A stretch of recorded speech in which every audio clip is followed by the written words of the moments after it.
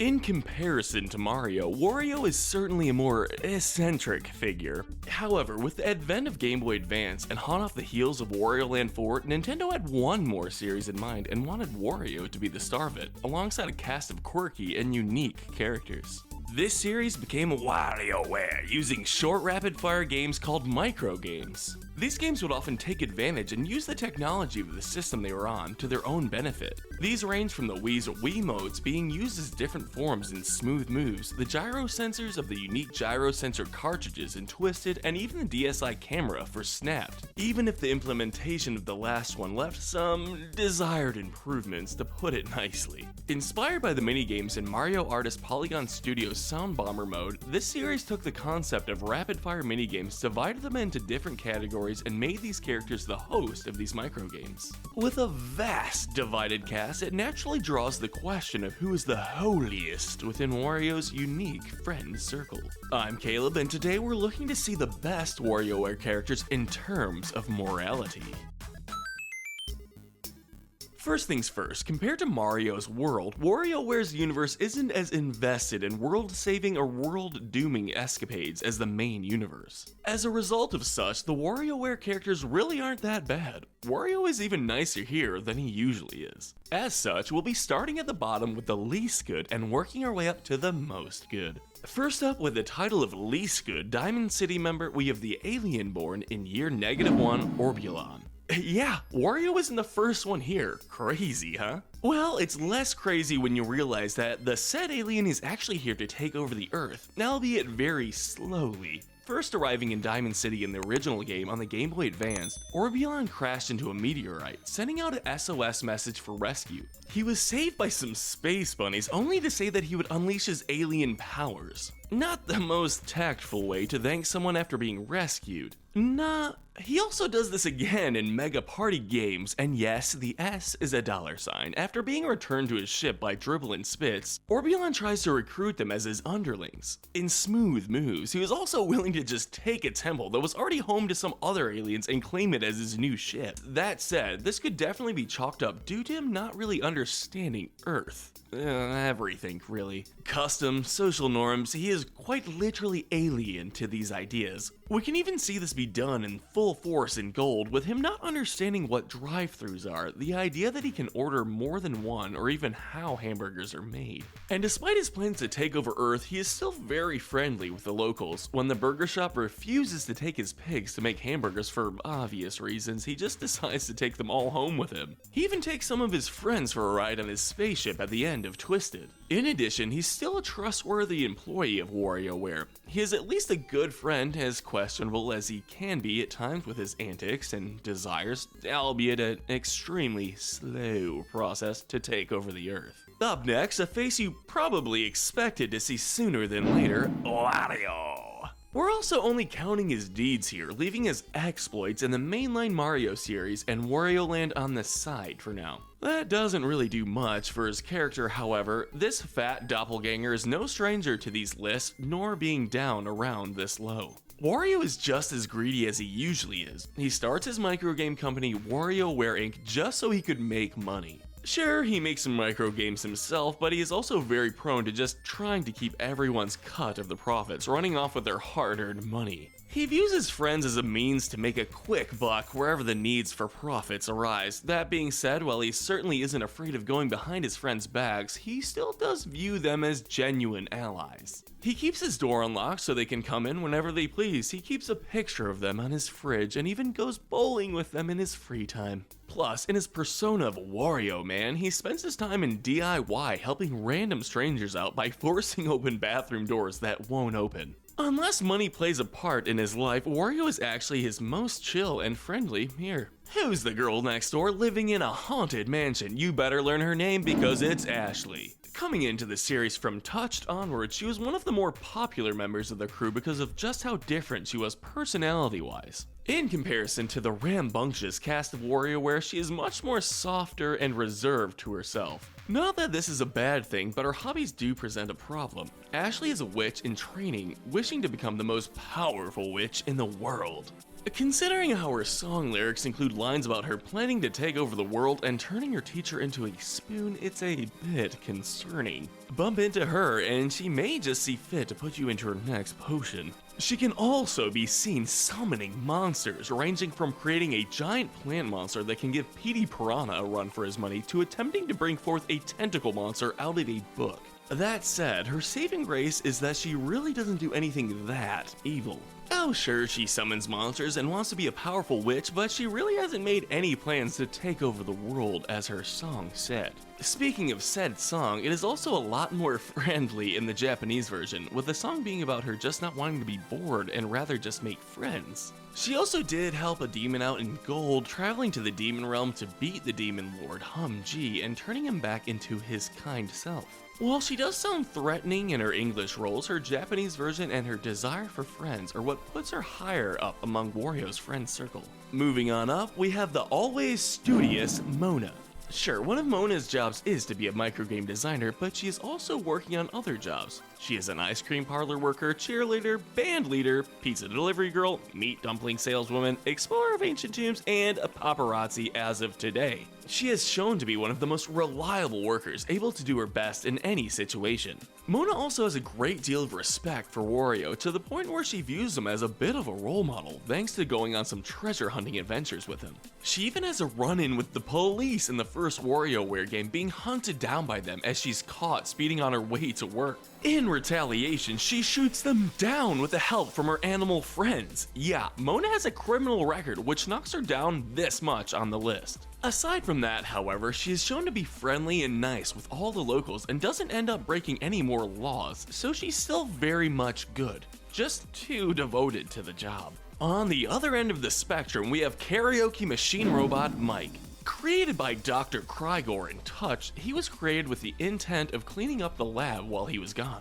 Why Dr. Kreigor thought a robot explicitly made for karaoke would be suitable for cleaning, we'll never know what goes on inside his head. What we do know is that while Mike tried to do his job, his karaoke side won out in the end. He ended up fleeing the Earth to throw an intergalactic karaoke party. He also isn't very afraid of telling Dr. Kreigor to his face that his singing is 99.78% awful. He isn't that much help in gold either, pranking Kreigor by sneaking up behind him or claiming ghosts are around. Every time Kreigor believes that he's tricking him again and lets Doris 1 chase him down. He is more interested in singing than in actual science, but he does help out Dr. Kreigor enough to be considered a good friend. He's just better at singing than he is cleaning. On to one of the more recent additions to the roster, it's the duo of Young Cricket and Master Mantis. Being introduced in Smooth Moves, this duo came from a far-off land, or rather game, with Young Cricket originating from Rhythm Heaven Fever. Coming to Diamond City, the duo is in search of new training techniques.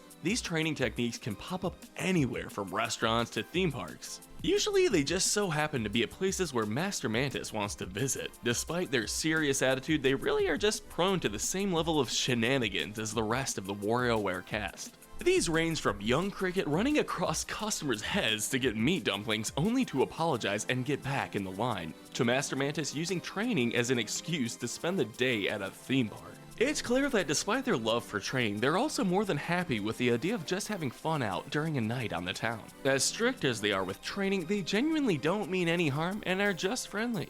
Up next is a small mention to the small Frank. First popping up in the original WarioWare, this race of small yellow blocky creatures started off in the background, or as the stars of random microgames that popped up out of nowhere in Twisted. However, we do get information on one particular Frank later on. Being called, well, Frank, this creature is actually Ninevolt's pet Frank, even if he doesn't take too kindly with the idea of being called a pet. He is seen helping Ninevolt learn about math and how to properly do it. He is also surprisingly intelligent and literate, being able to fix bikes, hack electronics, and even cook cakes. For such a small guy in admittedly small role, he is still a gentleman and a scholar. First up on the list of Volts, 18Volt. Being introduced as the Luigi to Ninevolt's Mario and Twisted, 18Volt is just as much of a Nintendo fan as Ninevolt. Ever since then, they had pretty much been part of the same microgame sets, serving up Nintendo-themed microgames.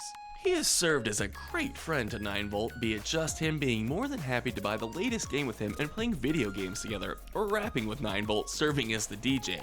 He was even rapping against 13amp to help some schoolboy win back some video games he lost in a rap battle against her. However, what ultimately puts him below his little pal is two factors. One, for being too impatient. He accidentally broke Ninevolt's new Game & Watch, although he is willing to make up for it and buy him a new one. The other factor was revealed in the DIY showcase. After Ninevolt left WarioWare to form Diamond City Software alongside other characters, 18Volt stayed behind in WarioWare Inc. and viewed him as an enemy. He called himself someone who has twice the power of Ninevolt and even cast him as the villain. It's clear that he sees himself as a rival to Ninevolt here. The reason they left is that Wario never really gave them credit or paid them. That is quite petty, to say the least. However, these are just exceptions from the norm, and he is usually just a good kid, even if he doesn't look the part of a 4th grader. Get ready to hail a taxi for our next pair, Dribble and Spitz. Dribble the bulldog and Spitz the cat are cab drivers taking chores wherever their hearts desire. From a trip to the shore to the farthest reaches of space, they are on it. These passengers tend to be fantastical in terms of who they are, be it mermaids wanting to return to the sea or Orbulon disguising himself as a female to get taken to space. Dribble is the speedster of the group and is more than happy going as fast as he can to make it to their destinations. Spitz is there to keep him reined in, thankfully. However, something also happened in Gold where they're blocked off by a UFO war and prevented them from going back home. After getting their ship attacked by an alien laser, Spitz loses and decides to fight back against both sides of the war with their Octo-Blazooka. Not saying that said rage and willingness to use weaponry haven't been helpful before. However, in Game & Wario, Dribble and Spitz use a bazooka to try and fight back against UFOs invading the Earth and abducting their customers. As eccentric as they can be, they are still very much in the camp of being great guys and reliable for your transport. Just remember to pay the fare, they keep forgetting to ask for it. Time to get on the dance floor with Jimmy Thang, or Jimmy T for short. This fancy dancer is most often seen at Club Sugar dancing the night away. Coming from a family that is just as devoted to dancing as he is, the apple certainly didn't fall too far from the tree. He seems to love dancing pretty much more than any possible girlfriend. He is seen breaking up with his girlfriend in mega microgames after forcing him to choose her or dancing. That isn't to say he has no heart for anything or anyone else. He is very much a ladies' man, attracting two girls thanks to Kitty hiding in his wig in gold. Not that he minds, even letting the kitty stay there. In Smooth Moves, he's very much a cat lover, giving a stray cat his umbrella in the rain to let him stay dry. He's also more than happy to let the legendary cat dancers join him for a night of dancing. Jimmy also is the leader of an aerobics class, helping others stay in shape. He is one of the nicer folks you can meet and possibly the grooviest. Time for a game night with the original Nintendo fanboy, Ninevolt. Introduced back in the original Game Boy Advance game, he's here creating remixes of classic Nintendo games. He's so hardcore that he apparently owns every single piece of Nintendo-made hardware ever made. He probably also has the official Nintendo sewing machine. No, we're serious, Nintendo made a sewing machine compatible with the Game Boy. With his love for Nintendo products, it's not a surprise to see him working for Wario. Like any kid, he also has his own struggles, like not understanding how math works in the real world in Gold. He apparently gets in trouble in Twisted and tries to play games after bedtime, which is pretty standard kid stuff in all honesty. We really don't see Ninevolt acting like that much of a troublemaker in school, so we can't really count that against him. The worst we can see him doing is just playing games on his Game Boy during class. Sure, playing games after bedtime is something that we can count against him, but let's face it, we all did it. I did it, you did it. It's one of those things that are considered bad, yet we all do it because of our love for video games. And if you don't love video games, why are you even watching this? You know this channel is all about video games, right? Anyway, we do see Ninevolt have more good traits than we do bad ones. After seeing 18Volt get told off for playing his music too loud in class, he meets up with him after class to say that he thought his music was cool. Apart from that, he's also invited him over his house to play video games. Since then, he became his best friend, always being close behind him. Even after leaving for Diamond Software, Ninevolt doesn't really show any animosity towards 18Volt for staying at WarioWare Inc. Even after kicking 18Volt out of his home for breaking his Game & Watch, which was fair given that 18Volt broke it due to his impatience, he was able to cool down. He apologizes for his outburst on his own accord and just went to buy another Game & Watch. He's also a responsible pet owner, saving his own pet Franck from the wild and taking him in. Ninevolt also is grateful for all the help Franck does for him, even offering him his dessert for helping him out in math. Up next in 5th place, fittingly enough, is the mother of Ninevolt, 5Volt. Like any mother, 5Volt is looking out for her son, wanting to raise him the best she can. Being as much of a gamer in her youth as she is now, she perfectly understands the mindset of a gamer. She knows just how prone Ninevolt is to staying up late on his school nights to play his games. She is constantly patrolling his room at night to make sure he sleeps. As creepy as it certainly can look, she is just doing this to ensure her son gets a proper amount of sleep needed. And besides, this is just what happens at nighttime. In the daytime, she's pretty chipper and happy with her life, enjoying her life as a stay-at-home mom. From following exercise programs to become a stronger mother, one strong enough to lift bookcases, to hosting potlucks with residents of the city, she is certainly as peppy and energetic as her son is. Just resting outside of the top 3, we have the granddaughter of Dr. Kreigor, Penny. Taking a different career path from her father, she has her heart set more on being an idol and singer than an inventor. This is probably for the better, considering how her inventions tend to have a problem getting unleashed and causing mayhem in Diamond City. She does seem to at least have her heart in the right place, with her believing her inventions are 100% not lethal. Her first role was an inventor in Smooth Moves. She faces off against her grandfather in an invent-off, being able to beat him by inventing a motorcycle. She gave Wario this same gift later on, which turned him into hundreds of tiny Warios. She then gets promoted to the tutorial for the Super Maker-matic in DIY, teaching both the player and Wario all about the machine. All the while, she doesn't pay too much attention to Wario's constant rude comments and interruptions.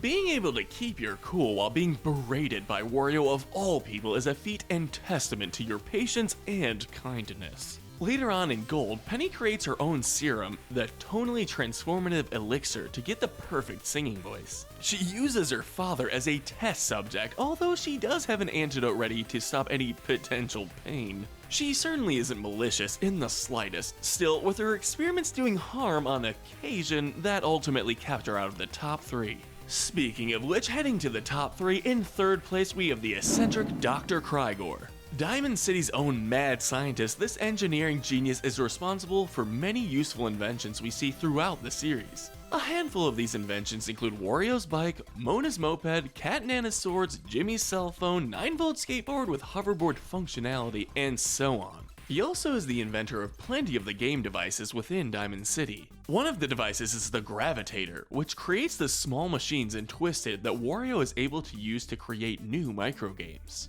Another is the Calorimeter in Smooth Moves, a machine capable of trimming down the fat off of human people. There's also the Super Maker-matic 21 in DIY, a machine capable of letting people make their own microgames, letting them be used by WarioWare Inc. and Diamond Software. One of the brighter scientific minds, perhaps the brightest in Diamond City, can be a bit quirky, to put it nicely. With his high intelligence comes the cost of him being absent-minded at times. This is seen in the original game, where he drinks a blue liquid, and in Gold, where he leaves one of his robots, the Dora Swan, all alone in the forest. To his credit, upon realizing that she was alone, he does take her back to the lab without any second guessing, even after she beat him down. For as much of an oddball he is definitely one of the more valuable members of WarioWare. In Silver Place, we have the most recent member of WarioWare Inc., Lulu. Coming from Luxville in Gold, she noticed that Wario stole the town's gold pot and went after him, armed only with a water gun and a pet dog.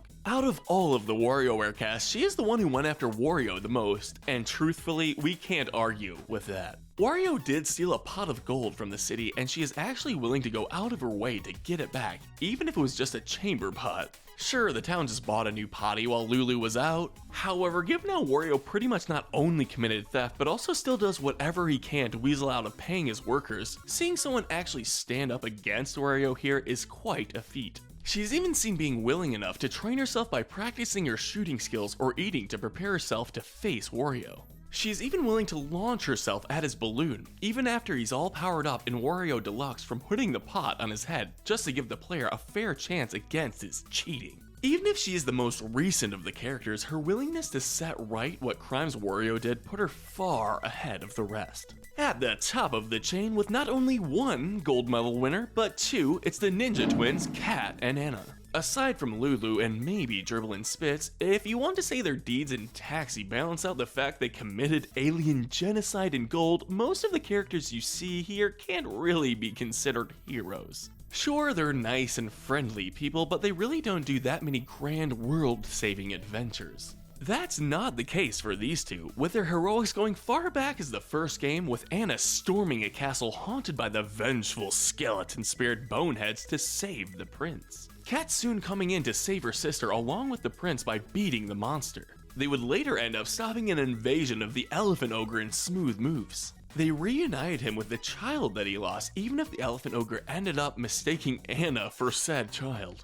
The twins are also willing to forgive the monkey that stole the bananas from them and touched, even adopting him and calling him Numchuck.